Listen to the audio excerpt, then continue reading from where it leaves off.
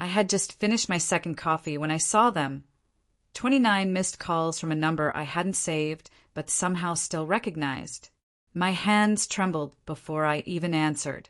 I hadn't heard that voice in 20 years. Not since the day they left me at the train station.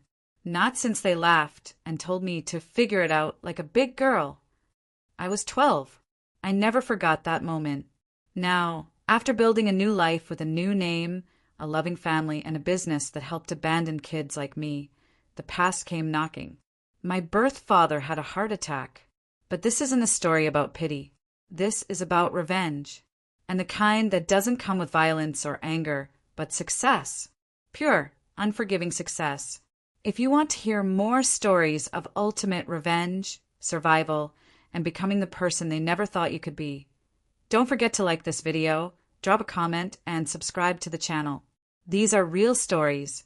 Stories that teach why kindness is everything and cruelty never wins. My name is Haley. At least, that's what my new family named me. And this is my story. Back then, I was just a scared 12-year-old girl with the name Madison. I lived with two people who gave me life, but never really gave me love. My father, Doug, worked construction jobs here and there, always chasing fast money, but somehow always broke. My mother, Tara, had a sharp tongue, cheap perfume, and a habit of disappearing into bars for hours. Our house sat in a dingy corner of the Rose Park Estates, a place where shouting was more common than laughter, and broken dreams collected like dust on the porch. From the outside, we looked like any struggling family.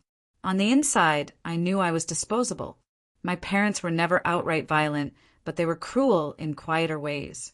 I was the mistake, the burden, the mouth they didn't want to feed. They said it often enough that I believed it. I learned early to keep quiet, keep out of the way, and keep my grades up. If I was invisible, maybe they'd forget to be mean. The day it happened started off like any other. A gray Chicago morning, cold and damp, with that chill that bites through your clothes. Doug told me to get dressed because we were going on a ride. I remember being surprised. We didn't go anywhere unless it involved a bill collector or someone who owed Doug money. We stopped at a fast food place on the way to the train station. He let me get a milkshake. That should have been my first clue. He never spent money on me. But I was 12 and desperate for any crumb of normal. They drove through the city, blasting old rock music and laughing like it was the best day of their lives. I wanted to laugh too. I tried, but there was a weight in my chest I couldn't explain. We pulled into the train station around noon. Union Station was busy, loud, full of travelers and announcements I couldn't quite hear. My mom said, "Go get us some napkins from inside." I got out. I never saw the car door shut behind me. By the time I turned around, they were already halfway down the block. My dad leaned out the window and shouted, "You're a big girl, right? Find your way home." Then they laughed, like it was the funniest thing in the world. And then they were gone. I remember standing there with my mouth open, milkshake dripping onto my shoes. I waited. A minute passed, then 5, then 20. No one came back. I sat on the bench until the sky turned darker. People came and went. A woman asked if I was lost. I said no. I didn't want to be taken away by strangers. I thought maybe it really was a joke and they'd come back before dinner. They didn't. By midnight, the security guard called the police. I didn't cry until they asked for my parents' names. Even then, I didn't want to give them. A social worker named Miss Colleen came the next day. She had kind eyes and warm hands. She gave me a sandwich and didn't ask questions at first. Just sat next to me and said, "It's not your fault." Nobody had ever told me that before. That night, I slept in a temporary shelter. It wasn't much, just a cot and a blanket that smelled like bleach. But it was warmer than my old room, and nobody yelled. The next week, I entered foster care. The first family didn't last long. Neither did the second.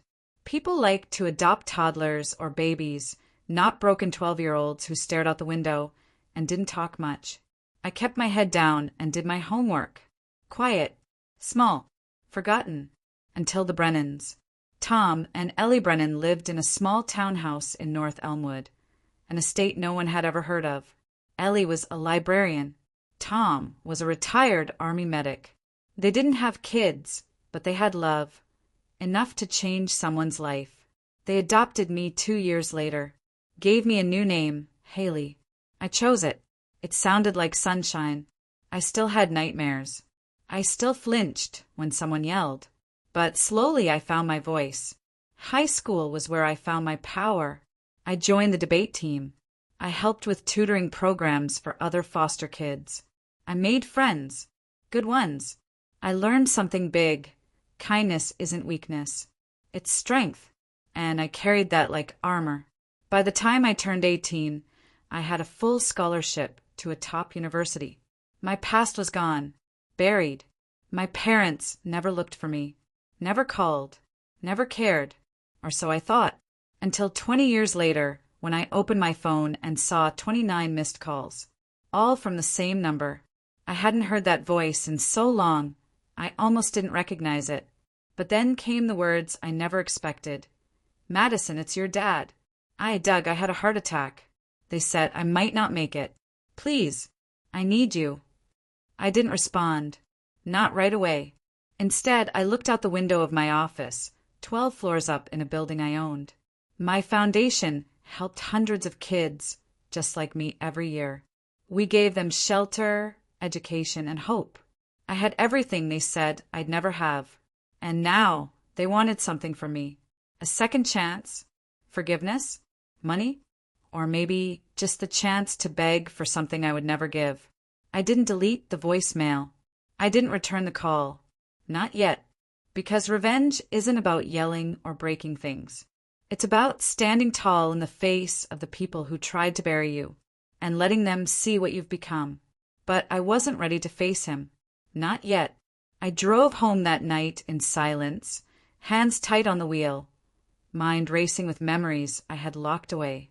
When I got home, Ellie was sitting at the kitchen table with a cup of tea and a folder in front of her. She looked up and said softly, "You got a letter." I picked it up and froze. It was postmarked from Chicago, and it had my old name written in shaky, unfamiliar handwriting. Madison. It was the first time I'd seen that name in almost 2 decades. I opened the envelope. Inside was a picture. It was me, 12 years old, sitting at Union Station, looking lost. There was no note, no explanation, just the photo. And then behind me in the hallway I heard a knock, a soft, slow knock. I wasn't expecting anyone. When I opened the door, what I saw made my blood run cold. I stared through the screen door, my heart hammering like a drum in my chest. The man standing there looked like a ghost pulled from the darkest corners of my memory. His hair was thinner, grayer, his face more sunken and tired than I remembered. But the jawline and eyes were unmistakable. Doug, my birth father, the man who left me at a train station and never looked back. He held his cap in both hands like a schoolboy about to confess. His fingers trembled. For a second, I thought he might collapse right there on the porch. "Madison," he croaked.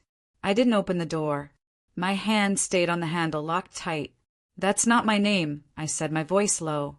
He flinched, like I'd slapped him. "I didn't know where else to go," he whispered.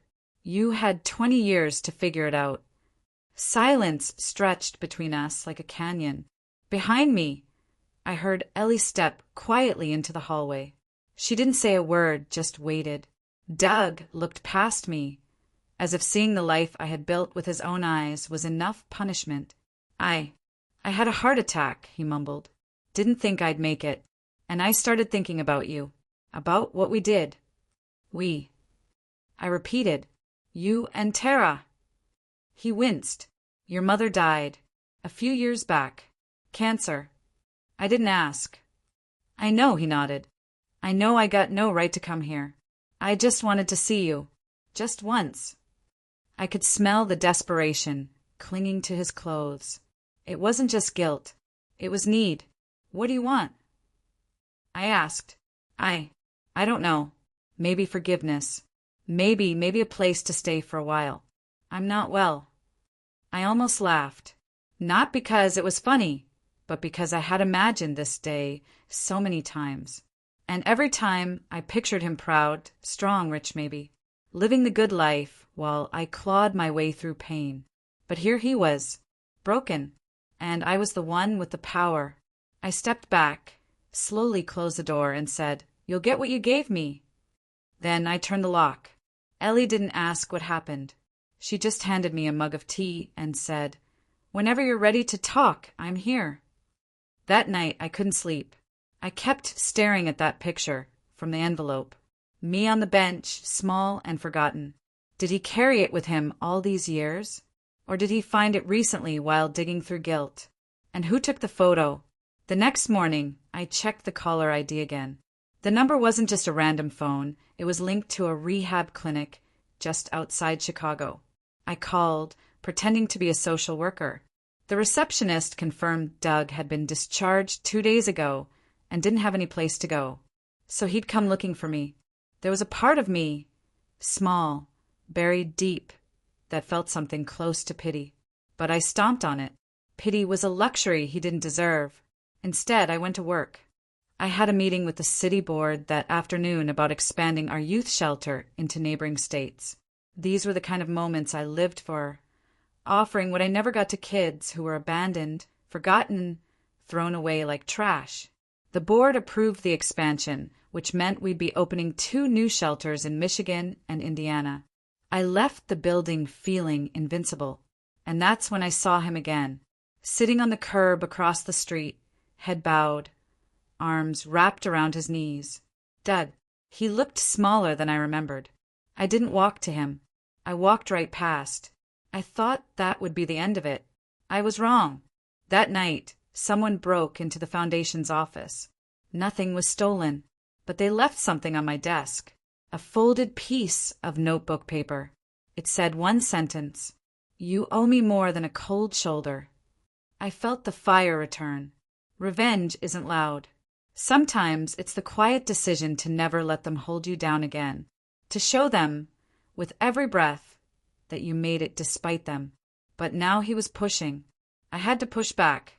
I hired a private investigator the next day. Find out what he wants.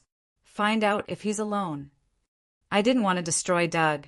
I wanted the truth. The investigator called me back that evening. "You're not going to like this," he said, "but your old man's been making noise in shelters across the city, claiming he's looking for his millionaire daughter who owes him." I went cold. He said that. Exact words. Said you made your money off his back, and now it's time you paid him back. I couldn't believe it. Paid him back? He'd left me with nothing but scars. And now he wanted a reward? I thanked the investigator and hung up. Then I pulled out my old journals, the ones I kept during those early years before I was adopted. Pages filled with fear, sadness, and silent hopes that maybe my parents would return for me. They never did, until I had something they wanted. I didn't cry. Not this time. I made a plan. Doug thought I was weak. Just a scared kid who'd grown up lucky. He didn't know me. Not yet, but he would. The next morning, I walked into the old building where he was staying, a downtown shelter called Burnham House. I wore dark glasses and a trench coat to blend in. I told the desk clerk I was dropping off care packages for new residents. Doug was there, in the corner, holding court with 2 younger guys, telling them about his daughter who built her empire from his discipline. I nearly gagged, but I didn't reveal myself. Not yet. Later that day, I sent an anonymous donation to Burnham House with one condition: they hire me as a volunteer social worker under an alias. I'd go by Kayla Dean, because if Doug wanted something from me, he was going to earn every piece of it, starting with the truth. The next week, I was back in the shelter in jeans and a hoodie, sorting laundry, handing out food, smiling at the residents. I saw him every day. He looked at me, but never recognized me. I was right there in front of him, watching, listening. He told a new story every time. In one version, he was a war veteran. In another, a businessman betrayed by his daughter. It was sickening, but one night, While playing cards with a few of the residents, he let something slip. "Girl's got millions," he said. "Built some foundation. Ain't even earned it. She owes me. I raised her." A guy at the table frowned. "Didn't you say she ran away?" Doug laughed. "Details, man. Point is, she wouldn't have grit if it weren't for me." I stood up, dumped the cards on the floor, and walked out. The next day, I visited the legal office for the foundation. "Let's start the paperwork," I said. "I want to take out a restraining order." And as I left the office, I got a message from my investigator. "Haley, you're not going to believe what I just found." "Try me." "Your dad, he's not alone." "What do you mean?" "He has a son." I stopped walking. "A what?" "A son, 14 years old. Name's Jesse. Lives with his mom in a trailer park outside Springfield. Your dad's been trying to get custody. Says he's getting his life together so he can raise him right." I couldn't speak. Doug had replaced me. He had another child, and now he wanted to teach that kid the same lessons he taught me. That night, I drove out to Springfield. I parked outside the trailer and watched as a young boy, skinny, tired eyes, stepped out with a backpack. He looked just like me at 12, and I realized this wasn't just about revenge anymore. It was about stopping a cycle before it swallowed another kid whole. I sat in my car, engine running, watching the boy step off the trailer porch and walk toward the bus stop. His backpack looked too heavy for his shoulders, like it carried more than just books, maybe pressure, maybe pain. He kept his head down. That was familiar. The boy, Jesse, Doug's son, my half-brother. I didn't want to believe it at first, but I had the documents in my glove box now. Birth records, paternity filings, even the custody request Doug had scribbled out in barely legible handwriting. "Trying to be a better father," it said. It made my stomach churn. Doug hadn't changed. He didn't come back into my life out of guilt. He didn't want to make peace. He wanted to use me, either for money, status, or to prove to himself he wasn't a monster. But the more I stared at Jesse, the more I realized this wasn't about me anymore. It was about saving someone else from the same abandonment, the same wounds, the same hunger for answers I had lived with for years. I decided to follow the boy's bus, just to see where he went. It pulled away from the trailer park and made a slow loop through town, finally stopping at a small, run-down middle school with boarded windows and an overgrown lawn. Jesse stepped off and disappeared inside without a single glance back. I wrote down the name of the school. Then I went back to my car and sat in silence. This wasn't revenge anymore. This was a mission. Back in Chicago, my foundation's legal team was moving fast. The restraining order against Doug was already in process. But I knew Doug, he wouldn't care about a piece of paper. He'd just go underground, pop up somewhere else, and use people like he always had. And Jesse? He'd be dragged into it all, unless I did something. The next day, I drove to Springfield again, this time dressed differently. Blazer, pressed jeans, foundation badge clipped to my pocket. I walked into Jesse's school and introduced myself to the principal. "Hi, I'm Haley Brennan. I run the Brennan Foundation for Youth Support. We're opening a scholarship program for young students in under-resourced communities." The principal raised her eyebrows. "Really? You picked us?" I smiled. "We believe there are bright kids everywhere. Sometimes they just need someone to notice." I gave her my card, left a brochure, and asked about volunteer tutoring. Later that week, I started tutoring at Jesse's school. We met on a Tuesday afternoon in a dusty library with half the lights flickering. Jesse came in quiet, same as I once was. Sat across from me, backpack clutched tight. I smiled. "Math or English?" "Math," he said softly. So we started. At first, it was numbers and formulas. Then it became questions. He asked why I was there, what the foundation really did, and why someone like me would care about a school like his. "I used to be like you," I told him. "I was forgotten too." He didn't say anything to that, but the next week he showed up early. We met every Tuesday, and Thursday for the next month. I never brought up his father, never told him who I was. I wanted him to know me first, before the truth ruined everything. But then one afternoon he came in with bruises on his arm, faint, yellowing. My voice dropped. What happened? He looked away. Mom's boyfriend. He gets angry sometimes. I swallowed my rage. Do teachers know? He shook his head. I don't want to go into the system. They'll split me from Mom. But you're not safe. I've been through worse. That crushed me, because I had said those exact words once, back when I didn't know how wrong it was to suffer quietly. I couldn't wait anymore. I asked my investigator to dig deeper into Jesse's mom, Nicole. Turns out she had a long history of eviction notices, minor drug charges, and police calls related to domestic fights. Nothing major enough to trigger state intervention, but enough to paint a picture. I had a decision to make. Do I report Jesse's situation and risk him hating me? Or do I try a different route?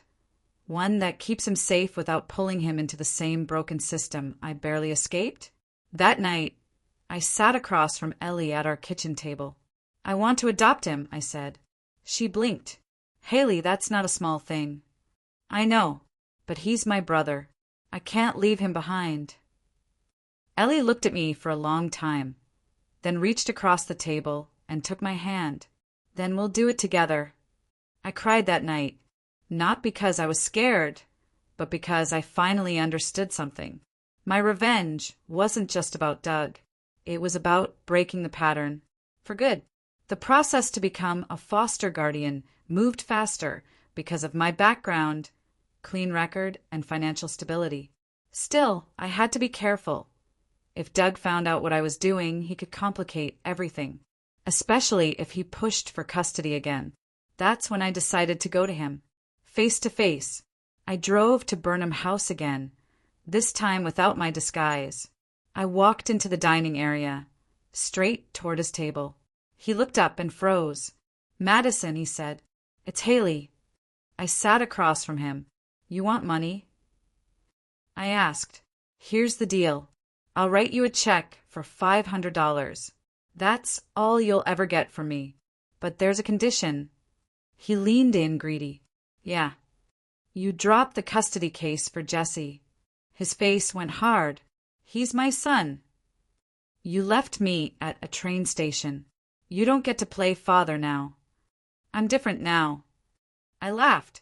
No, you're desperate. Doug looked around, lowered his voice.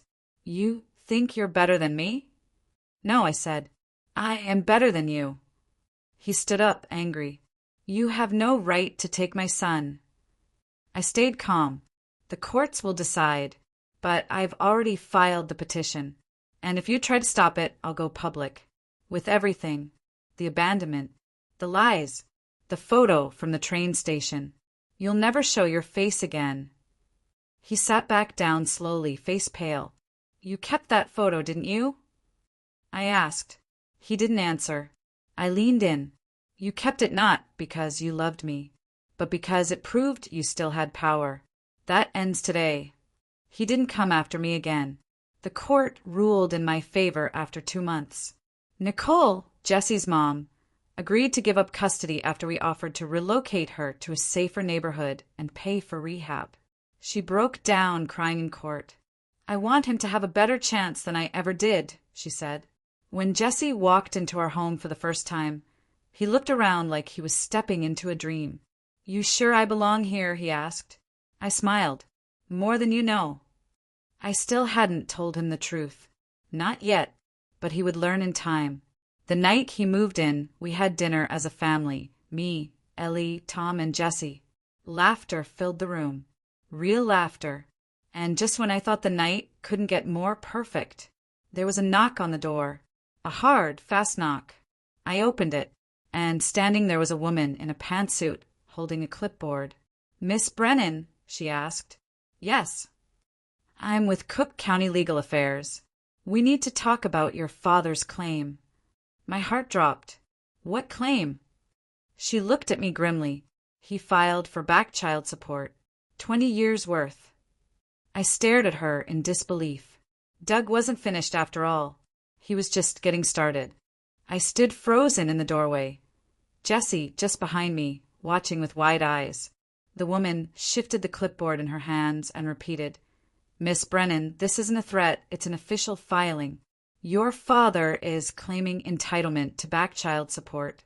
He's arguing that because he was never legally stripped of parental rights, you owe him financial compensation for the years you were raised by the state and adoptive guardians." My stomach twisted. I nearly laughed, not because it was funny, but because the absurdity was so far beyond anything I could have imagined. "He abandoned me," I said calmly, "at a train station, when I was 12. The woman hesitated. "I read your background summary, yes. But unfortunately, the legal system doesn't always care about the morality of a situation. He has filed the paperwork. We're required to investigate." "Fine," I said, ice in my voice. "You can investigate all you want. You'll find an empty file and a whole lot of witnesses." She nodded and left me with a notice stamped with an upcoming hearing date. I shut the door, jaw clenched so tight I thought I'd crack a molar. Jessie looked up at me. "What was that about?" "Nothing you need to worry about," I said, forcing a small smile. "Just some old dust that needs sweeping." But inside I was fuming. Doug had no shame, no bottom to how low he'd sink. First he abandoned me. Then he tried to guilt me. Now he was trying to legally extort me. I couldn't let it happen. Not just for me, but for Jessie. I didn't want him growing up thinking this kind of manipulation had power. That night I called my attorney, Meredith. "This is madness," she said after I explained everything. "But don't worry, Haley. We'll destroy this in court. He's opening a door that leads straight to the story you've kept private all these years." And she was right. If Doug really wanted to make this public, fine. I'd show the world exactly who he was. I didn't have to dig deep. I had documentation from the foster system, statements from my first social worker, Miss Colleen, even the train station security log from that night, noting a female minor found abandoned.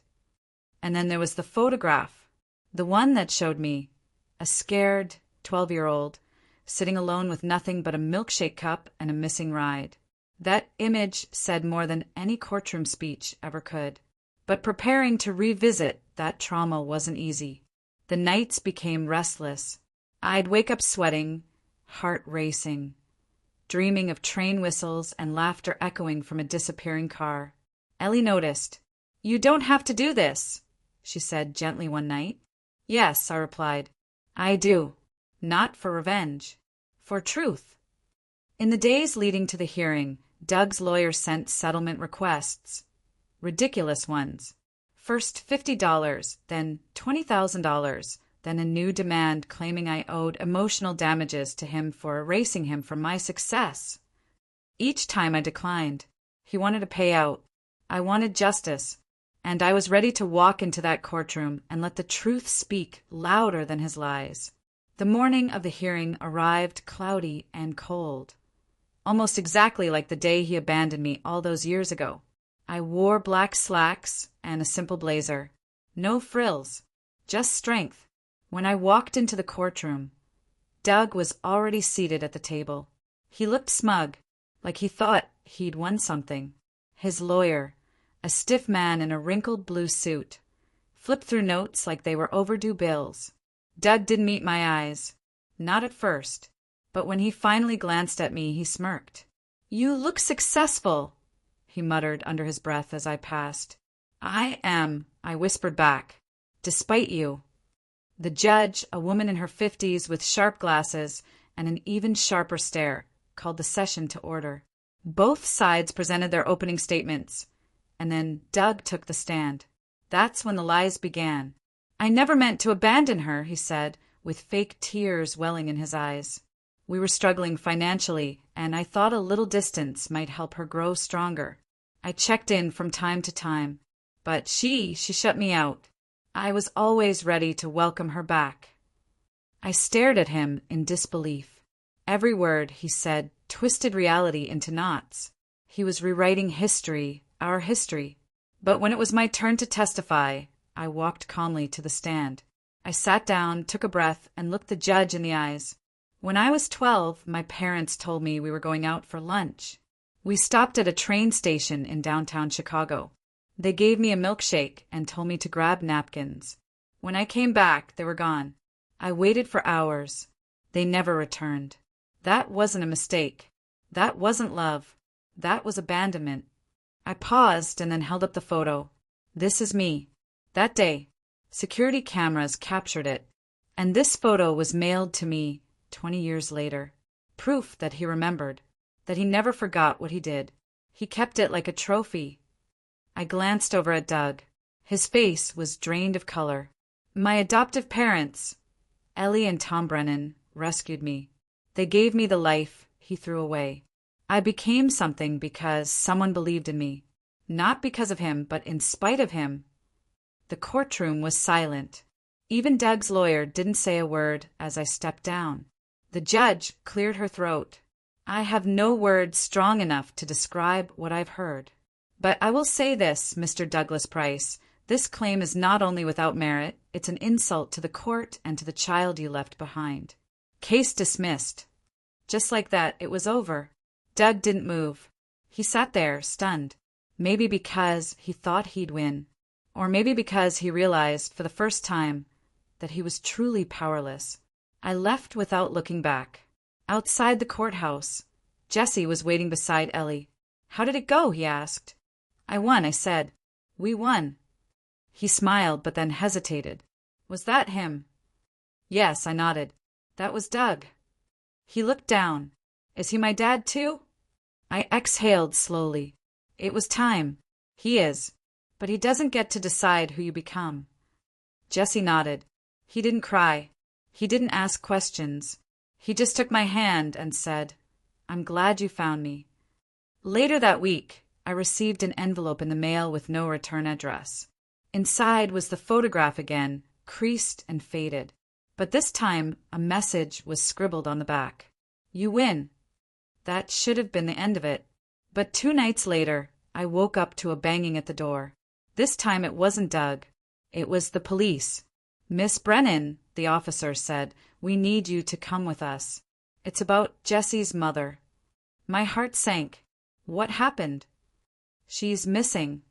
And just like that, the cycle I thought I'd broken threatened to begin again.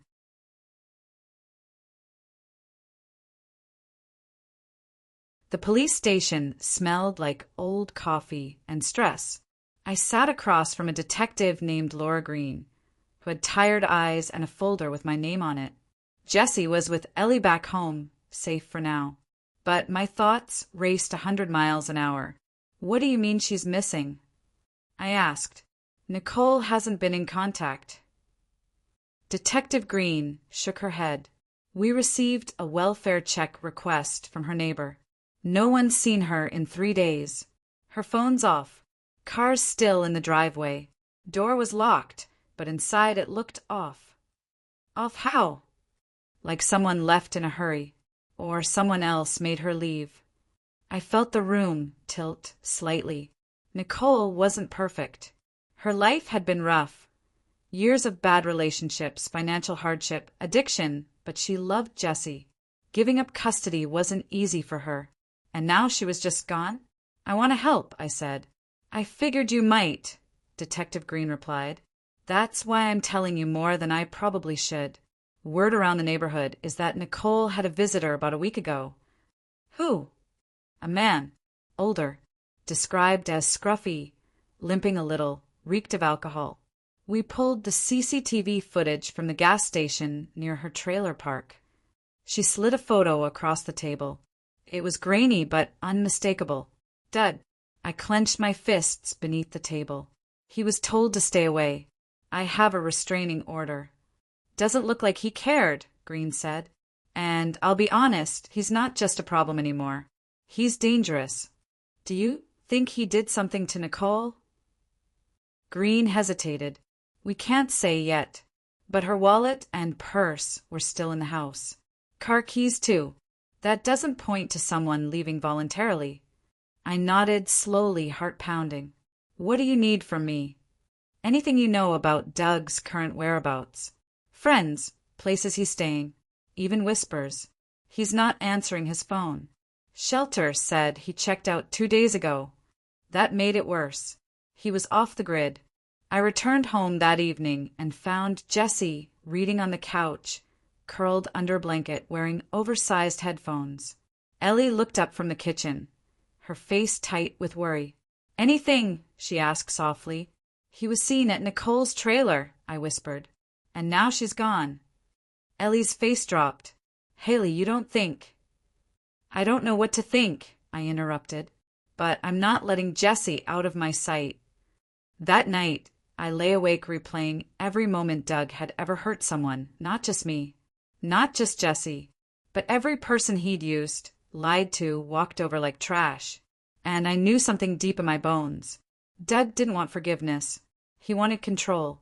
When he saw that I'd taken Jessie in, when he realized Nicole agreed to it, he must have felt the power slipping from his hands. So he did what he always did. He struck. But this time, I wasn't a helpless kid. I had power, connections, resources, and most importantly, I had purpose. The next morning, I visited the trailer park myself. The yellow tape was already gone, but the heaviness still lingered like smoke. I spoke to Nicole's neighbor, an older woman with pink curlers in her hair and a nervous twitch. I saw him, she whispered. Came in the middle of the day. Was yellin' through the screen door. She told him to go, but he pushed in anyway. I didn't call the cops. I didn't think it'd come to this. Did you hear anything else? Just shouting, and her crying, then silence. I thanked her and stepped inside Nicole's trailer. The police had already searched, but they didn't know what to look for. I did. In her bedroom, under the mattress, I found a small, wrinkled envelope with my name on it. Inside was a note in Nicole's shaky handwriting. Haley, if anything happens to me, look after Jessie. Please. Doug came by. Said he wants to fix things. I don't trust him. I'm scared he'll try something stupid. You're the only one I believe in. N. I folded the letter and tucked it into my jacket. This wasn't just about a missing woman anymore. This was about stopping Doug for good. Back in Chicago, I went straight to my investigator. Find him, I said. No matter what it costs. No matter how long it takes. 2 days later, I got a call. We tracked him, the investigator said. He's staying in an old storage unit off a closed construction lot near Roosevelt Road. And Haley, he's not alone. My grip on the phone tightened. What do you mean? There's a woman with him. She's dazed. Looks hurt. Could be Nicole. My heart dropped. I'm going there now, I said. Wait, don't. I already called the police. They're on their way. Let them handle it. But I didn't wait. I couldn't. I got in my car and drove faster than I ever had, straight into the edge of the city's industrial district. Gray skies loomed overhead as I pulled up to the rusted gate. I could see the storage unit in the distance. Door cracked, a shadow moving inside. And then I heard it, a woman's scream. Without thinking, I ran. I reached the unit, pushed the door open, and froze. Nicole was there, tied to a chair, bruised but alive. And across from her, with a bottle in one hand and a pipe in the other, was Doug. He turned, saw me, and smiled. Well, look who finally showed up. His voice was slurred. His face was red. What are you doing? I shouted. Trying to fix things, he slurred. She was going to take him away from me. You both were. You never had him, I snapped. You never deserved him. He stood, wobbling. Everything you have, he hissed, was supposed to be mine. No, I said calmly, stepping forward. Everything I have is because of what you never gave me. Police sirens wailed in the distance. Doug didn't move. He dropped the pipe, looked at Nicole, then looked at me, and for the first time in my life, he cried. Not fake tears, real ones, but I didn't flinch. I turned to Nicole and began untying her as the sirens grew louder. And then, just as I cut the last rope, Doug lunged. He lunged like a wild animal, a final act of desperation. His hand stretched out toward me, filthy fingernails curling like claws. For a split second, time slowed. I saw everything. The madness in his eyes, the sweat on his brow, the way his leg dragged behind him. His body moved, but it wasn't strong. It wasn't fast. He was running on fumes. I sidestepped him. Doug crashed into the concrete wall with a sickening thud, then slumped to the floor, groaning. Blood oozed from a fresh cut above his brow. Seconds later, blue and red lights flashed through the gaps in the storage unit walls. The screech of tires, the heavy boots pounding pavement. The door burst open, and half a dozen officers flooded in with weapons drawn. Hands up! Step away from the woman! Doug whimpered on the ground. I raised my hands, stepping back from Nicole, who was now coughing, her eyes blinking fast under the flickering lights. It's okay, I said quickly. I'm not the one who... We got the call, one officer said, already helping Nicole to her feet. You're Haley Brennan, right? The woman who filed the child abandonment and restraining orders. Yes, I nodded, breathing hard. Then we're in your debt, he said. We've been looking for this guy for years. And now we got him. Attempted kidnapping. Assault. Violation of a protective order. He's done. Doug didn't resist as they cuffed him. He just lay there, muttering something I couldn't make out. As they hauled him out of the unit, he turned his head and looked at me one last time. No threats. No screaming. Just a whisper. You were supposed to need me. And then he was gone. Nicole clung to my arm as the paramedics checked her over. Her face was pale and streaked with dried tears, but she was alive. She would heal. The bruises would fade. What made you come? She whispered. I had a feeling, I said, and a promise to keep. She looked away. I didn't think he'd actually hurt me. I thought maybe he'd changed. He hasn't, I replied. He never will. Back at the hospital, they gave Nicole a private room and assigned a social worker. I stayed until she was stabilized and alert, then returned home around 3 a.m. The house was quiet. Jesse was asleep in his room, and Ellie was curled up on the couch waiting for me. She opened her eyes when I walked in. Did you find her? I nodded. And Doug? Arrested. For good this time. Ellie stood up and wrapped her arms around me, and I let myself be small for a moment. Let the walls down. I didn't have to be strong all the time, not with her. Later that morning, Jesse wandered into the kitchen with bed hair and a bowl of cereal in hand. You okay? He asked. I sat across from him and hesitated. There's something you should know. He blinked. What? Doug, the man who hurt your mom. He's also my father. His spoon paused in midair. What? I didn't tell you before because I didn't want it to change how you saw yourself. But I think you deserve to know. He set the spoon down. I hate him, he whispered. I used to, I said. But then I realized something. Hating him gives him power. Living well, being good, protecting the people he tried to hurt, that's real power. He looked at me for a long time. Then he asked, Do you think I'll be like him? No, I said firmly, because you have something he never had. What? Love. A real family. A second chance. Jesse stood and walked around the table. Without a word, he wrapped his arms around me and held tight. It wasn't just a hug. It was a promise. Over the next few weeks, things slowly returned to normal. Nicole recovered and entered a treatment program, paid for by the foundation. She wrote Jesse letters every week, and he wrote back. Their bond began to mend, not perfectly, but honestly. As for Doug, he was denied bail. The DA was stacking charges, and his public defender was already talking about a plea deal. I didn't attend the hearings. I didn't need to. I had already one. One afternoon, while organizing paperwork in my office, I found the photo again, the one from the train station. For a moment, I just stared at it. The girl in that picture was gone. In her place was me, Haley Brennan, foster kid turned founder. Abandoned daughter turned protector. Broken girl turned builder of hope. I flipped the photo over and wrote on the back, I found my way home. Without you.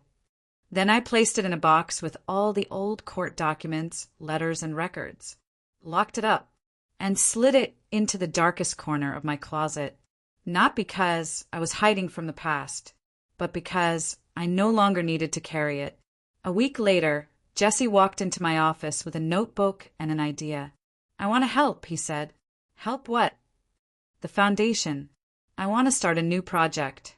Something for kids with parents in jail, or ones who ran away. You know, ones like us. I smiled. Tell me more.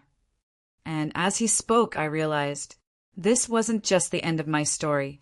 It was the beginning of his. And together, we were writing something no one could erase.